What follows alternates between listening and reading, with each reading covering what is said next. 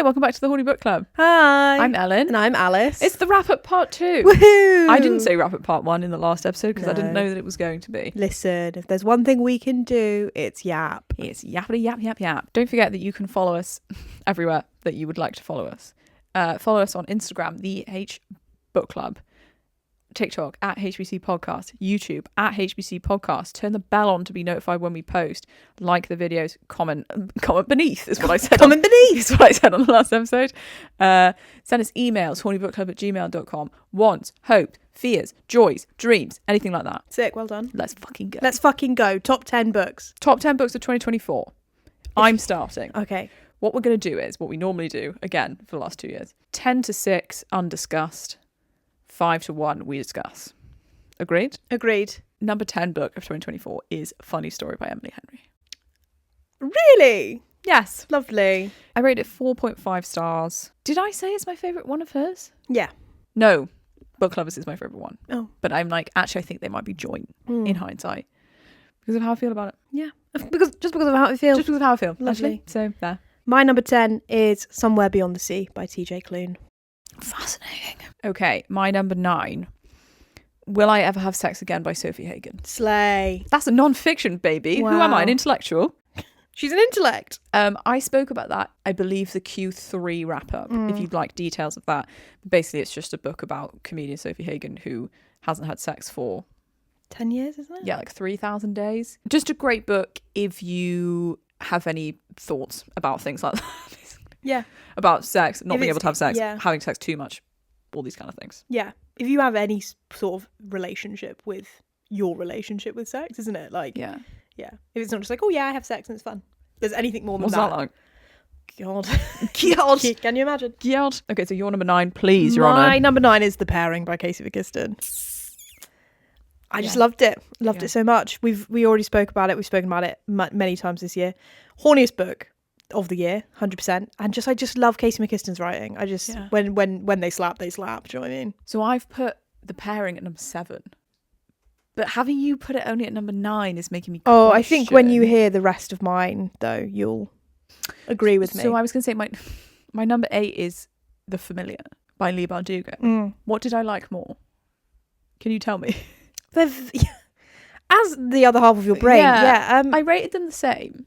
I think The Familiar might have had more of an impact on you because it was more of a surprise, personally. But I'm also like The Pairing. Okay, no, I'm going to stick with it. So Yeah. number 8, The Familiar by Leigh Bardugo. Again, I've spoken about it in Q2, I think. Q2 possibly. Some great quotes. The quotes I've written in my journal are fantastic. Amazing. What a weird accent. That was weird. Sean Connery? Fantastic. My number 8 Yeah. is Everything's Fine by Cecilia Rabes. Rabes? Yes! I recommended you that. You did. It's vindication for you, yeah. Because I didn't read it for hell. so long. I had it. forgot you read that. I'm not gonna Yeah, lie. in January. But I still, particularly the ending, but I loved everything about it, but particularly the ending I think about constantly. The final scene is impeccable. If you've read Kylie Reid, Yeah. it's those same Yeah. vibes. Massively. It's stuff we love, basically. Like, amazing. So your number 7 was? Is The Pairing. Yeah. Yeah. Slay. I actually think I'm not going to get over that for a while. No, it's just locked in my brain. My number 7 was The Vegetarian. Yeah. Yeah. That's got to be on my list for next year. Yeah. Now she's won the Nobel Prize. She's got the new one you've got coming out in Feb. One of the most well-crafted things I've read. My number 6 is A Wild and True Relation No way. by Kim Sherwood. Yeah. My pirate book, everyone. Your pirate book. My pirate book that I read in Those were the days. That feels like ages ago. it was February, I think. You were obsessed with that pirate book. Oh, yes. And I've recommended it to loads of people. I bought it for my brother and his girlfriend for Christmas. They have to share a book, do they? Yeah. Yeah. It's both a sort of swashbuckling pirate tale about a girl pretending to be a boy and working for her father, who's a notorious pirate, and also vignettes of pretend scenes of real famous women throughout time. And I think about it all the time. And like literally some of the saddest stuff I've ever read. Yeah, honestly. Fuck, well, that's one for the TBR, isn't it? Yeah. Christ, I hate when we do these episodes. That was my number 6, everyone. That's a slime. My number 6 was Piglet by Lottie Hazel. Yeah. Just slapped. Just actually just so good. Again, one of those ones where it's like not really about the story for me. It's about like the skill and the impact of the end of that book. Whoa, wowie.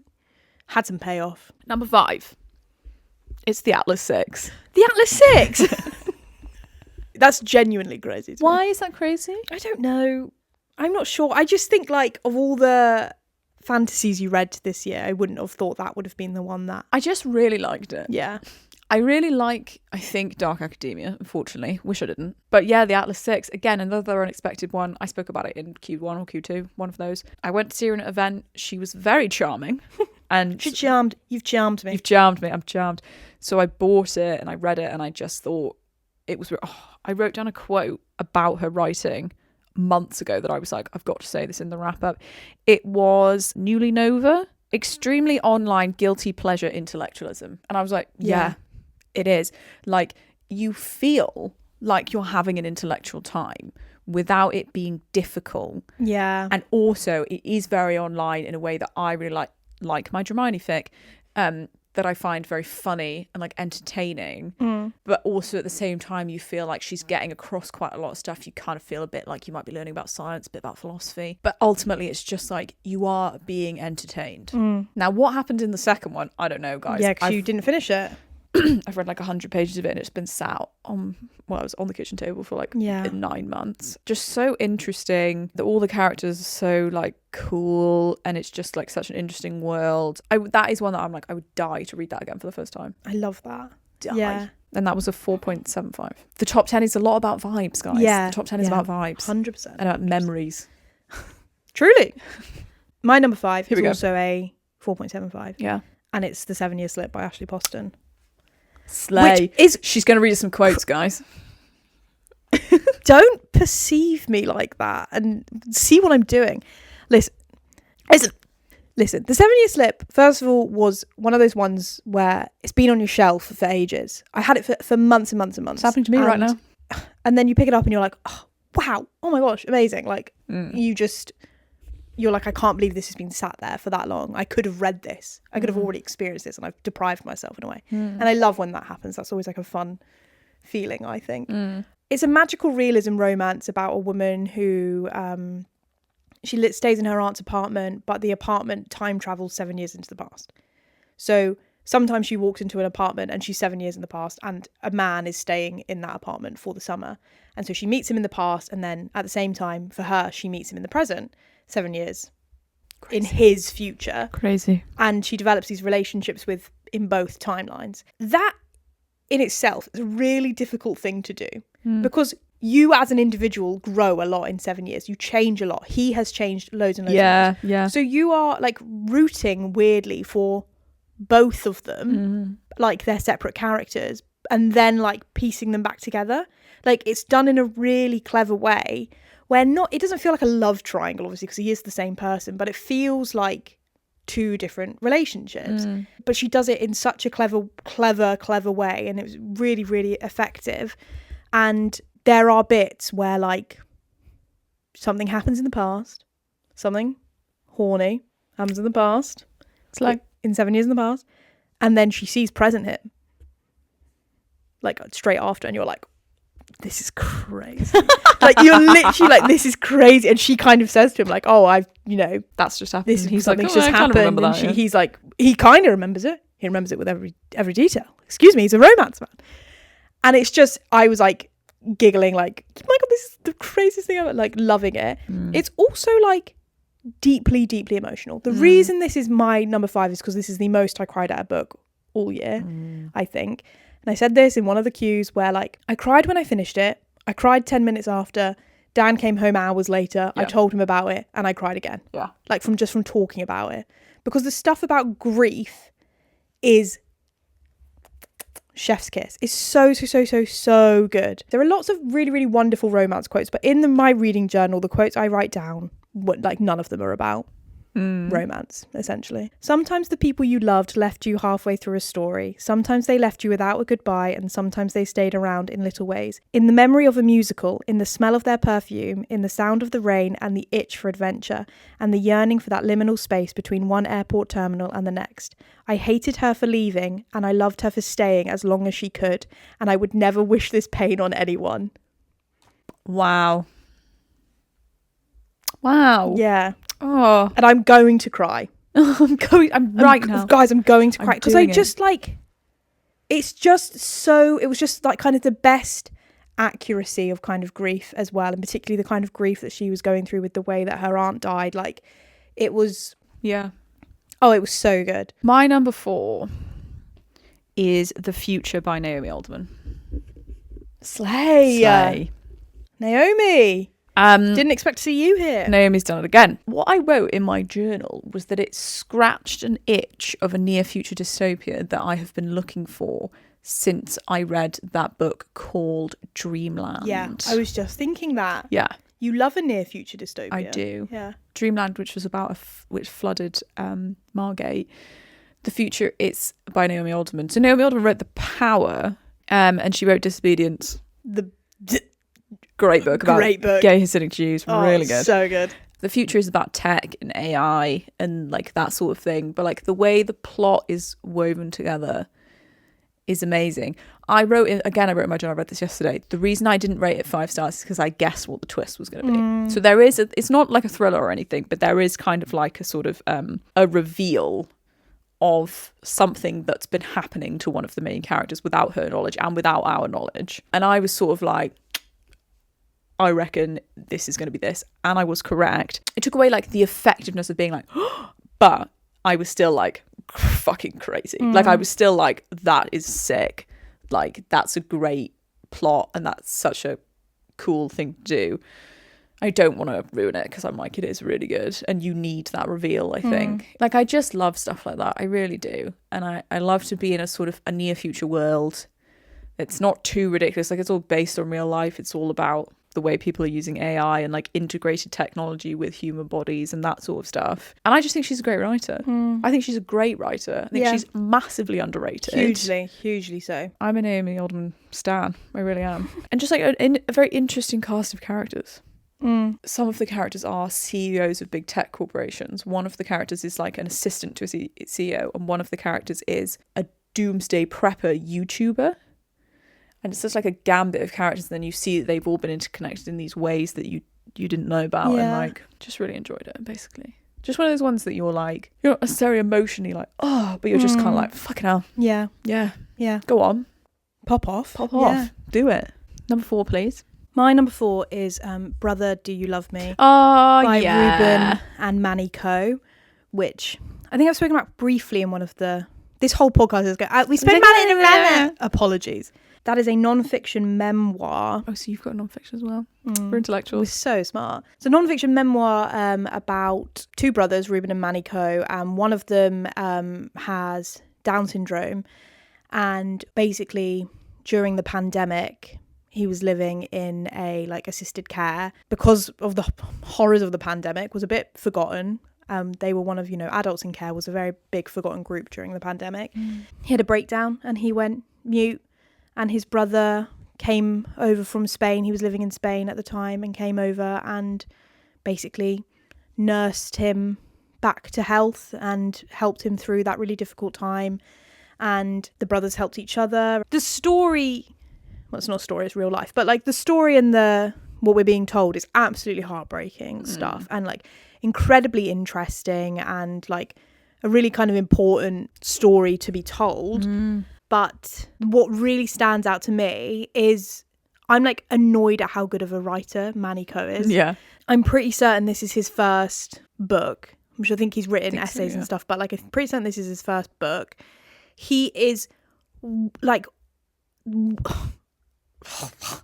just the most talented writer I think I've ever he's one of the best writers I've ever read. The way he gets images in your brain and the way he sets a scene and like you are going from you're in Spain for part of the story on like this in this very rural farm, you're in they have a house that they're staying in after he goes back to get his brother in like up north in the countryside somewhere. You're in different sorts of care homes, you're across the country, you're in their childhood family homes, like all these different areas.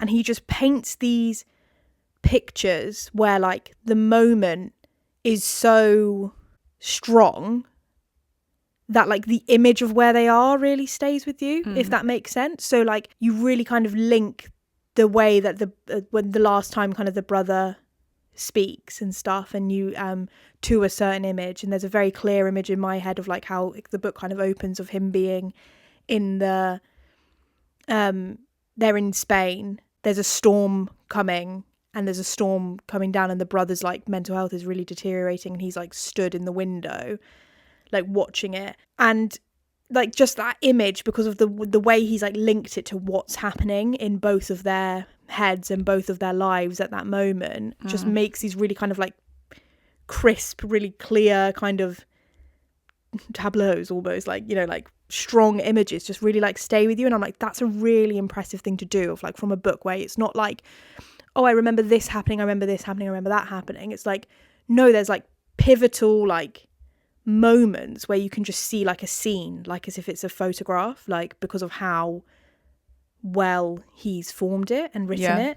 And also just that really impressive thing of like Ruben, the brother with Down syndrome, of being like, he is so much more than having Down syndrome, and did a really good job of kind of depicting what that feels like for Ruben, for him to be like, everyone just sees me as disabled, everyone sees me as the person with Down syndrome, rather than the person who loves musical theatre, the person who loves to draw, the person who's gay, the person who's all of this, you know, all of these things. So I just think it kind of just like hit a lot of really important, really interesting things that people might not think about when it comes to adults with additional needs and independence, and like what it means when, for whatever reason, that independence is taken away. So it's just, I just am like, it's heartbreaking. It was a hard read at points, because it's like really like, God, like just horrible to think about people being in that much distress. And to think about, obviously, you know, the realities of the pandemic for a lot of people, but it's so worth it. It was stunning. And I'm just like, he is one of the best writers I've ever read. Like, it pisses me off. I feel like I wish I could write like that. It was so so good. So yeah, and lots of Ruben's drawings are included in it as well, and they're lush, and again show, you know, how a different way that someone might communicate and share things. And it's just couldn't recommend that book highly enough. What is your number 3? My number 3 is The Ministry of Time. Welcome back, Commander Graham Gore. The Ministry of Time by Kellyanne Bradley. I have to say, with hindsight, I think if I had already read the 2 other books that I'm about to talk about, would I have rated it 5 stars? I wonder. Whoa. But I think at the time, I was crying out for a 5-star. I mean, it's still great, but I mean, the other 2 that I'm going to talk about, which are my only other 2 5-stars of the year, I think are miles better. So it is interesting. But I do highly recommend The Ministry of Time, and it was a great experience for me.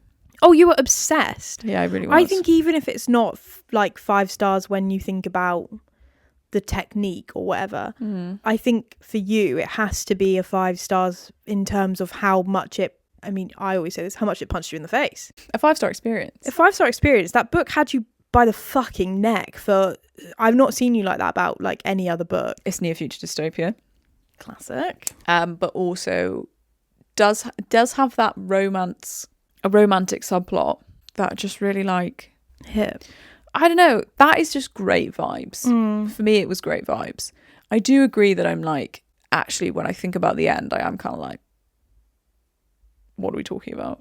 But it's got some great quotes in it as well. Some great quotes. Hold on, everyone. That woman can fucking write. The Empire regarded the world the way my dad regards the elastic bands the postman drops on his rounds. This is handy. It's just lying here. Now it's mine. Oh, bitch. I got chills. This is one of my favourite quotes. A flight from London to New York takes 8 hours. 8 hours, he murmured. No tides in the sky, I suppose. No tides in the sky. No tides in the sky. Because he's from the past. He's from the past. We were told we were bringing the X-Backs to safety. We refused to see the blood and hair on the floor of the madhouse. Fucking hell. Yeah, actually, it's 5 stars. 5 stars. Yeah, really good. I highly, highly recommend it. Again, I've spoken to quite a lot of people, authors, who didn't like it. People saying they thought it was over-egged, but no. Over-egged? No, I don't think so. I think I might, in a couple of years, try and reread it, because I'm like, was I in the wrong place? Because every time I like hear about quotes or see quotes or anything like that, I'm like, that's stunning. Like, it's just so like, and I'm like, maybe I wasn't in the place to kind of like appreciate the quotes. I don't know. But yeah, great book. I mean, you know, I recommend my entire top 10, but yeah, for something a bit different, I think, The Ministry of Time. It's unlike anything I've read. I can't compare it to anything. No. It's in a world of its own. Yeah. Number 3, please. My number 3, another non-fiction, because I'm an intellectual lady. My lord. Strong Female Character by Fern Brady. Slay! Yeah. Great book. Unfortunately, because it just like held up a mirror and I was like, is that a recommendation from me? That is a recommendation from you. Yeah. Yes. Yeah. Get it. I'm the winner. I think actually you might be. I think I'm the winner. I think you might be. Yeah, when I read, like, I literally don't have words. Speechless. Like, I'm actually speechless because I can't quite put into words what this like meant, what it did, how I felt about it, without basically treating this podcast as a therapy session and just exposing myself, basically. But it was like, I loved it because it was incredibly relatable. Yeah, it really did hold up a mirror to me at points, and I was like, oh fuck, okay, right, well that explains some things, doesn't it? I didn't need to know that. Thank you. Well, also, I am like so deeply impressed with how she crafted it. And this is how I keep talking about all the fucking books in this top 10. Yeah. But it is true of like the way that she laid this book out was so impactful and so clever, and obviously like her voice as a comedian and as a person just really like shone through, and like to interweave these like stories about herself and her life, commentary on, you know, how that links to what she knows about herself and her autism now, backed up by loads of stats and loads of research, and it just all flowed together really, really nicely. Yeah. So it wasn't ever like we're in the research part of the book now, or the research chapter or anything like that. You just kind of just flowed so nicely that made it really easy to read. It was incredibly accessible as a book. That's how I felt about Will I Ever Have Sex Again? Just the great combination of personal stories and facts, where you're like, it's so palatable in a way that like academic books are not, but you're also like, I'm relating to it, I'm learning things, I'm finding it comforting, I'm finding it funny, I'm being impressed by how good the writing is. Like all these that just make like a perfect storm if you're just like, oh yeah, great book. Yeah, and she's so funny. Yeah, she's so funny, and it was just really like validating as well. Yeah, because sometimes like you say these things to yourself now as an adult, you're like not just because of autism or ADHD or anything, but like, or you know, anything like that, but like because we are all different from who we are when we were 13, I hope, and everyone did something when they were 13 that isn't their proudest moment, let's say. But like you learn as an adult to like talk to yourself in these ways, and to, you know, work with rationality and all of that about yourself, and be kind to yourself, and da. But there is something incredibly validating about kind of having someone else like almost spell it out to you and say it back, and you're like, yeah, oh my god, thank you, yeah. For most autistics existing in a world not built for them, anxiety is the baseline and constant background hum that their daily life has to play over. And so many people who are neurodiverse, who find out later in life, and who find out early on in life, when they have that understanding of their brain, they're like, oh, that's why all those anxiety techniques weren't working, was because the anxiety was so closely linked to being neurodiverse. Yeah. And like, you can't solve a neurodiverse problem with a neurotypical solution, sort of thing. It's just incredibly like powerful to see those things kind of like written down, and you know. Well, that's what I was going to say. When are you reading stuff like this in sort of like, what's the word, sort of like mass market books. Yeah. You're not. You're not. You're not. You're not. And like, just to say things incredibly like clearly, like the ideas that meltdowns are manipulative is absurd and a cause of gross misunderstanding between autistics and the rest of the world. Like, that's not a question. That's not up for debate. That's like a fact that she is saying. She says, in my teens and early 20s, I frequently had the sense that a mad woman was driving the car of my life while I sat in the back seat observing it and wondering how we ended up here. And I'm like, that's my anxiety dream. Like, literally, like, literally to a T, apart from I am also the mad woman, or there's only one person in the car or whatever, but like that is my stress dream that I have. And like, I'm not saying that having that specific stress dream that makes you neurodiverse or whatever, but like just to have that feeling that I have experienced kind of put out there was just really like, it was never not going to be in this list, because I was so like, I've been seen. And also, yeah, really funny. Just you wait, I thought I'll think of something really clever to reply to you in about a decade, just as soon as I replay the scenario in my head dozens of times. So yeah, it's just like a really enjoyable read, really accessible read. I've recommended it to a lot of people, and a lot of neurotypical people. Yeah, me too. Who have really enjoyed it as well, and have said it's been like eye-opening or whatever. It's just empowering that the book exists and is out there and is popular. Yeah. And I think it's great that her kind of voice shined so strongly through it. It doesn't feel like a textbook, like you said. It's just her. Yeah. And it's really, really accessible and really enjoyable. So if you're looking just for a memoir as well, if you don't care, but if you're not interested in like particularly like, I want to read something about autism or being neurodiverse or anything like that, just as a memoir, as a book, it's great. Yeah. And then for me, it's extra great because it hits home. Yeah. Your number 2 then, my friend. My number 2 is Babel. Slay For me. I guess you could put this in the surprising category. I was really scared that it was going to be really intellectual and I wasn't going to understand it, because I'm like, she's an incredibly intellectual person and I've been to hear her talk like a couple of times, and both times I was like, this is on the edge of like my ability to understand things. Like, do you know what I mean? Like, I'm like, she's so smart. But actually, I was like, it's such a romp. It's not. But it's not a romp. But it's like not a romp. Like, genuinely, it's really bizarre. Like, it's an epic in the sense of, or in the way that the time passes. Like, it's 500 pages. And in 500 pages, we do like 10, 12 years. And it's just so fucking good. It's so well written. I love the way she writes. I know everyone was like, blah, blah, yellow face, blah, blah. I've said this before on the podcast. I think if you didn't like yellow face, you didn't understand it. Yeah. That's my opinion. I don't think it's a very nice opinion. That's just how I feel. And I think with Babel, I was like, as a white person, as a person who is white, right? And I've never been marginalised because of my race, and I never will be. You can sometimes be like, it's hard to read some stuff because it makes you feel really guilty about the person that you are, your ancestors, just the way that you were born, right? I think maybe saying guilty is the wrong word, but like maybe there are some things that you like, ashamed. You don't want to confront because you're like blah blah blah.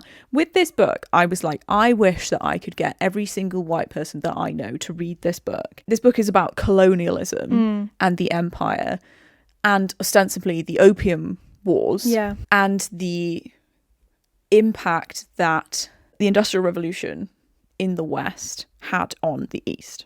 Right? She does it in a way of like, it's magical realism. So they're, instead of it being opium, they are trading opium, but they're trading opium for silver, which in this world is kind of like it's like a magical object. The people in the West are giving, is China, giving them loads of opium in exchange for all their basically naturally derived silver that they've got, so they can take it back and hoard it and be the only people who know how to use it, blah, blah, blah.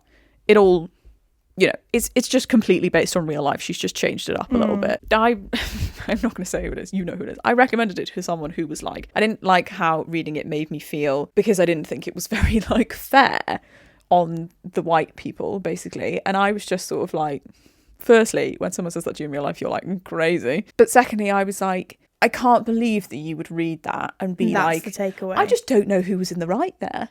Like, you are literally like, sorry? The problem is that in the UK in particular, we are not taught in school about the empire. Yeah. In terms of curriculum and what happens at school and at university, I didn't learn about anything to do with the empire until my second year of university of history.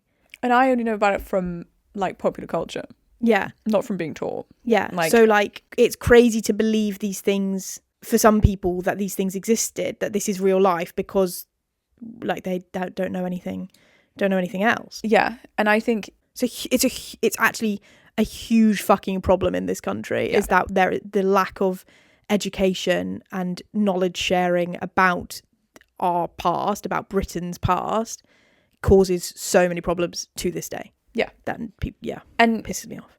R.F. Kuang is Chinese American. Yeah. But went to university in the UK, and this book is set in sort of a slightly fictionalized Oxford, but pretty much the same. And she basically has said in interviews and whatever that like this book is set in the 1800s, and there's 4 kids who basically are brought into this special magical translation program, and 3 of them are not white. And she is basically like, the experience that these people had that I have written in Oxford in the 1800s is the experience that I had going to Oxford in like 2012. Yeah. And you're just like, fucking insane. Like just absolute blatant outright racism, a complete refusal to believe that anything anyone who started that university could have been bad. For me, I didn't know that much about this topic. Like I don't really know anything about the Opium War. Her books, the Poppy War books, that's what they're about basically. And I plan to read them this year, basically learning all of this information and kind of having these not necessarily like realizations, but being like, oh fucking hell, yeah, like all of this is making so much sense when you compare it to real life, was such a big part of it for me. Part of the reading experience is just being like, yeah, there are things that we have to acknowledge as people that have happened and that we have to take responsibility for. Yeah. But then also you're like, this is such a fucking banger of a book. This is such a romp. Yeah. Like it's crazy. It's crazy that it can be a romp whilst also being one of the books that makes you like opens your eyes a bit to the world, isn't it? Massively. Some great quotes. The reason the Oxford that they're in is fictionalized is because the place that they are is called Babel or Babel is not a real place, and it's like the college of translation that she's basically made up, where they use this silver to basically create magic via translation, right? That this tower, this place where they had for the first time found belonging, treasured and loved them when they were alive and useful, but didn't in fact care about them at all, that they were in the end only vessels for the language they spoke. Oh God. Ow. Yeah. It would seem a great paradox, the fact that after everything they had told Letty, all the pain they had shared, she was the one who needed comfort. And she's the white character. It's just so good, guys. It is so well written. It is so smart. It is so good. It is so heartfelt.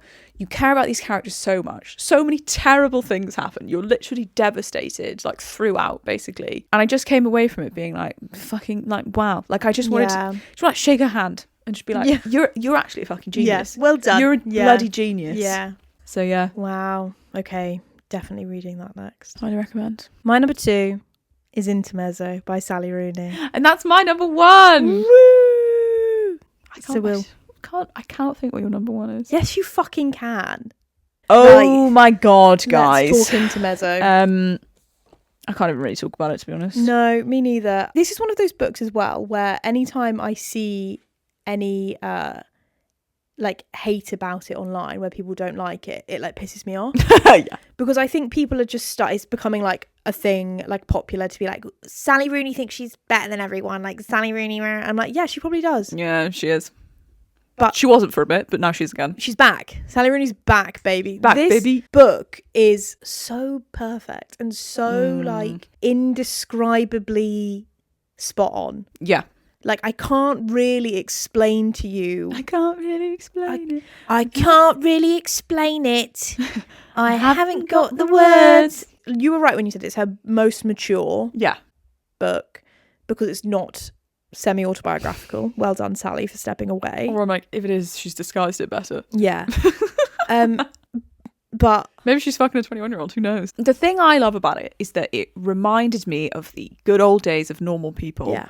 But a million times better, more interesting, much more mature, a lot more going on. Yeah. But it has that normal people essence where you're like, I'm eating out. Yeah. I'm just like, yeah. It's about two brothers who've just lost their dad. There's a big age gap between them, about 10 years age gap between them, and it's basically both about their like romantic relationship. So the younger brother, he starts a relationship with an older woman from a small town, and the older brother has a complicated relationship with his ex-girlfriend who they only broke up because you're not really sure why, but she was either in an accident of some kind, and has a chronic pain condition now.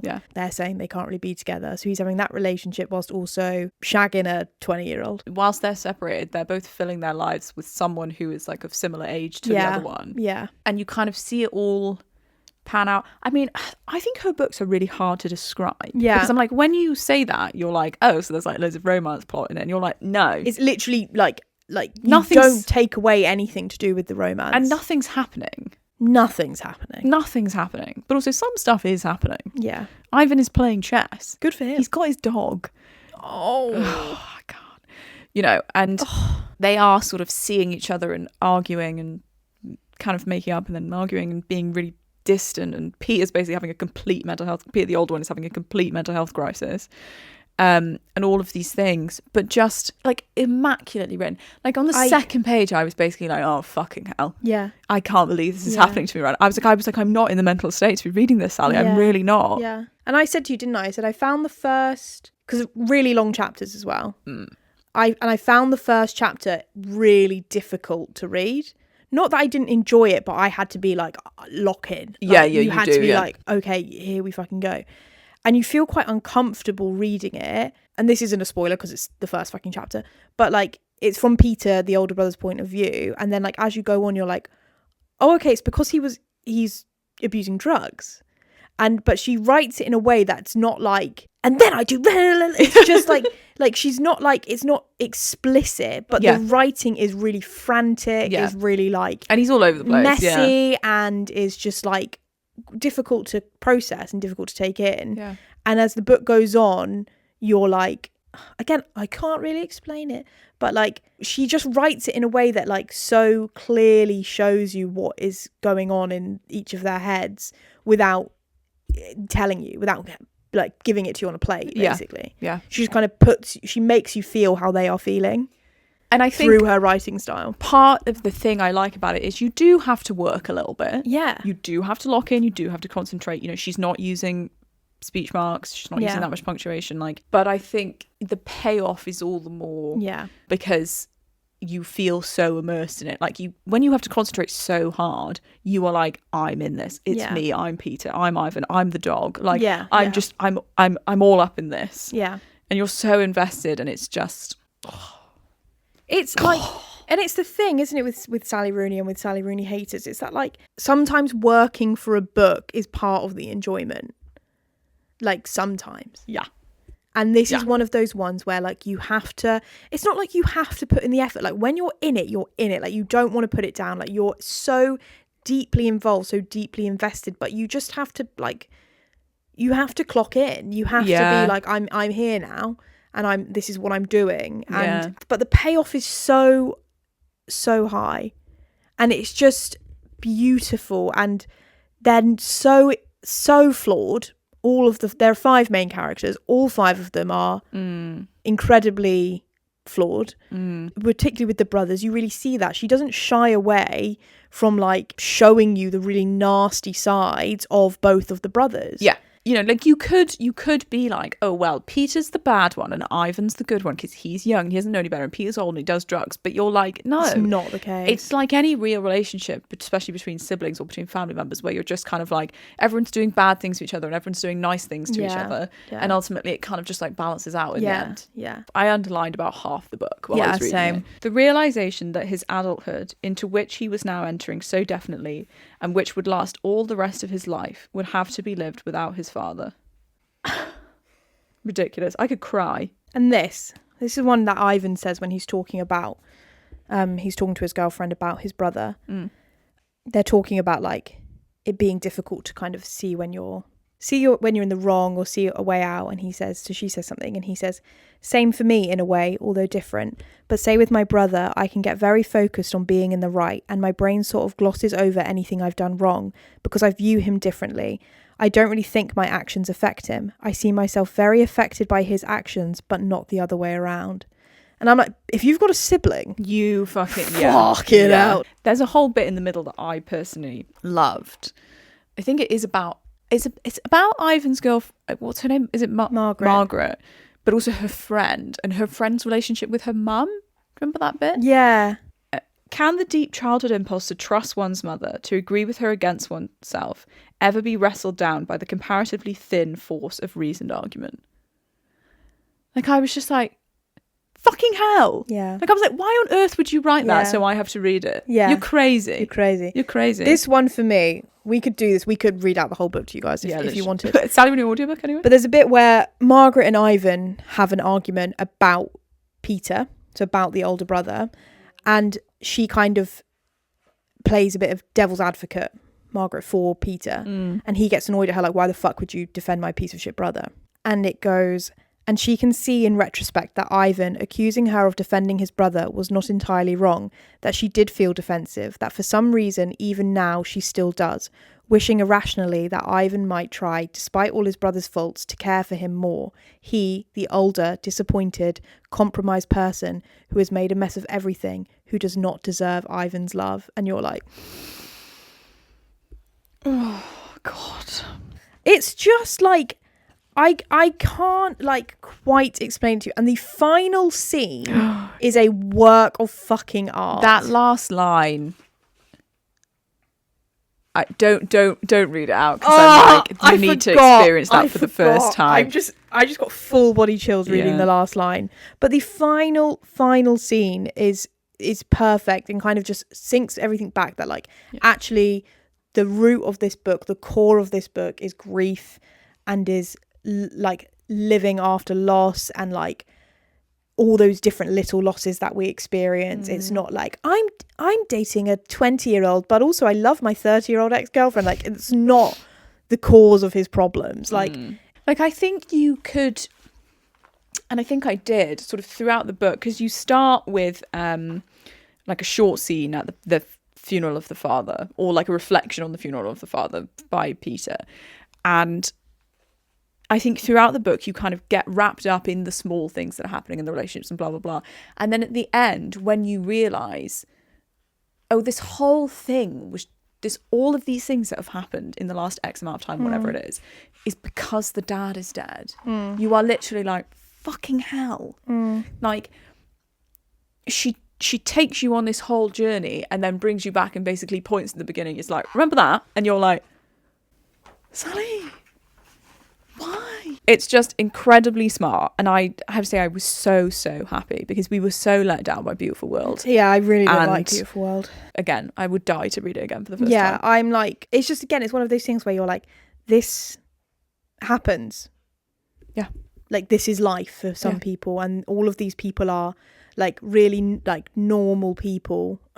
And like it's one of those things where you're like, there's no big twist, there's no big reveal, there's no like, and Peter's in loads of debt with a drug lord or anything like that, you know, and Ivan's gonna, you know, go to America to be the best chess player in the, you know, there's nothing, like, it's just like normal people doing normal things and normal shit things happening, and how do these people navigate these really difficult situations. But I was just like, written in the most beautiful way you could ever imagine. Incredible, makes you feel how Peter feels. Yeah, he's having a full fucking breakdown. And you're like, oh God, maybe I'm having a breakdown. Yeah, it was crazy. Maybe I should be having a breakdown. Am I having a breakdown too? God, and I was at points. I cried. You do, and not the final scene, man. And not because you're like, God, this is fucking devastating, but because you're just like, I'm so affected. Yeah. I'm so immersed and I'm so connected to these people. I was saying to someone, I was like, I had this thing so badly with that book where I kept thinking about things that had happened in the book, thinking they were my real life, and then being like, oh no, that was just like Peter in fucking Intermezzo. Like, fucking can't believe that happened to me. Yeah. Can't believe I nearly dropped out of a chess tournament. And then I was like, oh no, wait. So then what's your number one? In Memoriam. Oh, fuck. Obviously. I forget about it every time. You forget about it every time. Blacks out, that's why. Because you can't, I'm you'll too never scared. read it, yeah. I'm too scared. In Memoriam, I talked about briefly, and I said then this is going to be in the wrap up, and here we are. It's easily the best book I read this year. Well, yeah, no, easily, but Intermezzo is a very close second. Like, they're not worlds apart, but just I think the impact was a little bit more within Memoriam. God. It's about two men in World War One. Well, they're actually boys. They're like 18 at the beginning of the book, and they leave their private boarding school to go and fight in World War One in the trenches, and it's fucking grim. It is like Game of Thrones level of like, oh, you like this character, they're dead. Oh, this person I introduced you 2 pages ago who you think is going to be a really big part of it, they're also dead. Sorry, hun. And it is like, it's true. It's such a funny way to think. Like, she's like, dead. Yeah, dead. But it's Ugh. it's like brutal, and it's horrific because you're like, well, this is fucking real. This happened, and I will never ever get over the fact that like they thought the best way to like do the ranks, particularly in World War One, was to be like, well, the rich people can lead the troop, like each group, each battalion or whatever. He's 17. Why on earth? But he's the richest one He's here. the richest one here, so he's first in command, he's officer in command. And you're like, no, he shouldn't be doing that. I don't think he wants to be. They are in love, and it is just like, it's so beautifully written. Like, again, some of the quotes are crazy. Yeah. Like, popped the fuck off. And so they're from a boys' boarding school as well, so like everyone's going to war. So you get to know like loads of these characters as well. I used to wish I had brothers, he said. Me too. And now they don't because everyone's dying. I was telling one of the other officers about Maitland, about how he would describe a novel by only mentioning irrelevant details, and suddenly I realised they would never meet him. He was so charming and they'll never know. It just sounds so devastating. Yeah. I will never ever read it because I can't read things about war because it ruins my life. But I have heard from many people that it is incredible and incredibly written. World War One, especially like the stuff with the trenches, is so affecting and so. If you've seen the film 1917, that film gave me a breakdown. Literally, the stuff in the trenches is one of those incredibly powerful things where you're like she attacks like all of your senses. Yeah. Just through the written word. You are like, I can smell, feel, like taste all of what's going on, because she describes it so well, but so effortlessly as well. It's not like, and here's a description of the trenches. It's just like woven in as to their living conditions, as to what they're dealing with and what they're like putting up with and stuff. And it's that horrific thing of like, you almost see one character, even though it's horrific, no one's like, I'm having a great time at war. But you almost see one character kind of persevere and not come into his own, but like find that strength to like push through and carry on. And the other, like, just declining, it kills him. Like, not... But I couldn't possibly say, but like metaphorically, it kills his spirit. Yeah. And like, that's horrific to kind of see that like two different reactions that they have and that they experience, and just their like story together is so beautiful and so sad, and so like the want to be with someone so bad, and they've not done anything yet. They've not even kissed because it's 1914 and you're not allowed to be gay, and even though everyone at boarding school is fucking, they're fucking other boys but not each other at this point. Like, to feel so strongly about someone in a romantic and friendship sense that you were like, I'm so worried about him that I am going to go to the front line. That's it, because he could have stayed at home for longer because of his age and stuff, and because of finishing school and whatever. And he was like, no, I'm going to, not because of the war. He's obviously like, I know I'm going to the war at some point and I will go, and I'm not like, they're not like big anti-war people. No. But he's like, I'm going because I'm really worried about my one singular friend, Henry. Yeah. I'm going. And obviously it's because they're in love and stuff. And like, one of them, he always speaks in like poetry and theatre quotes, because he's the one who's like got the bravado and like the the cool boy on, And just how that kind of, how the war like ruins that in him and really dampens his spirit and like takes those pieces away from him. And he says, Elwood knew there was a quotation for this particular painful speechlessness, but it did not come to him. All his words were gone. There was something surging gloriously in his chest, and he had no way to express it.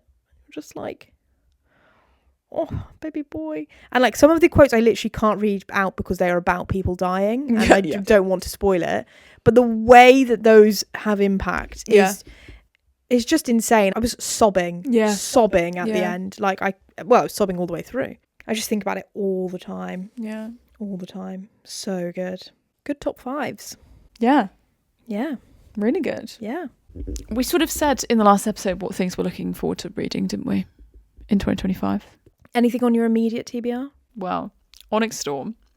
Yes, bitch.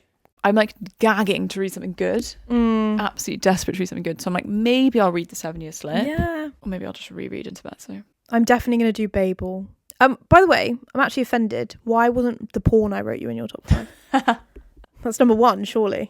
It's just a completely different category. That's the thing. It's just Rude. above everything. Yeah. Yeah, flipping back to you. Flipping back to Heart you. Flips a Beat, sorry. My Heart Flips a Beat, a classic, a modern classic, some would say. The foursome scene from My Heart Flips a Beat. Crazy. Best thing I read all year. There's a good one to end on. What's your favourite podcast episode that we did this year? That wasn't Spin the Wheel. Then I don't know. What was my favourite podcast episode of the year? It's probably Fangirl Down. Yeah. One of Sam's friends texted him the other day because he had been, when he went to that party, he was telling them all about the podcast. And one of them texted him and was like, oh, we want to listen to the podcast. Like, where should we start? And I was like, tell them, start with the Q1 wrap up if they want something normal. Yeah. If they want to start with the most unhinged thing we've ever done, do Fangirl Down. Yeah. Fair. Fangirl Down. Or the Wild Love episode is very good. The Wild Love episode is great. I also personally love Punk 57. Will always hold a special place in my heart. You know, I'm so sad. I can't believe that was this year. I know. That we didn't film it. I know. But that was pre-filming. Pre-filming. Look how far we've come. Look how far we've come. A good year for podcasting. A great year of podcasting, I would say. We managed to stay very consistent. Most of the time. I don't know how we did it. No. But yeah. Yeah. Congratulations. Here's to another year. See you guys in the next one. See you guys for 5 Brothers. God, start as you mean to go on absolutely fucking unhinged. Insane. Don't read it. You don't need to. Trust me. Don't bother. Please. You won't gain anything from it. No. But do listen to the episode when it comes out. Yeah. Right. Okay. Love you. Bye. Bye.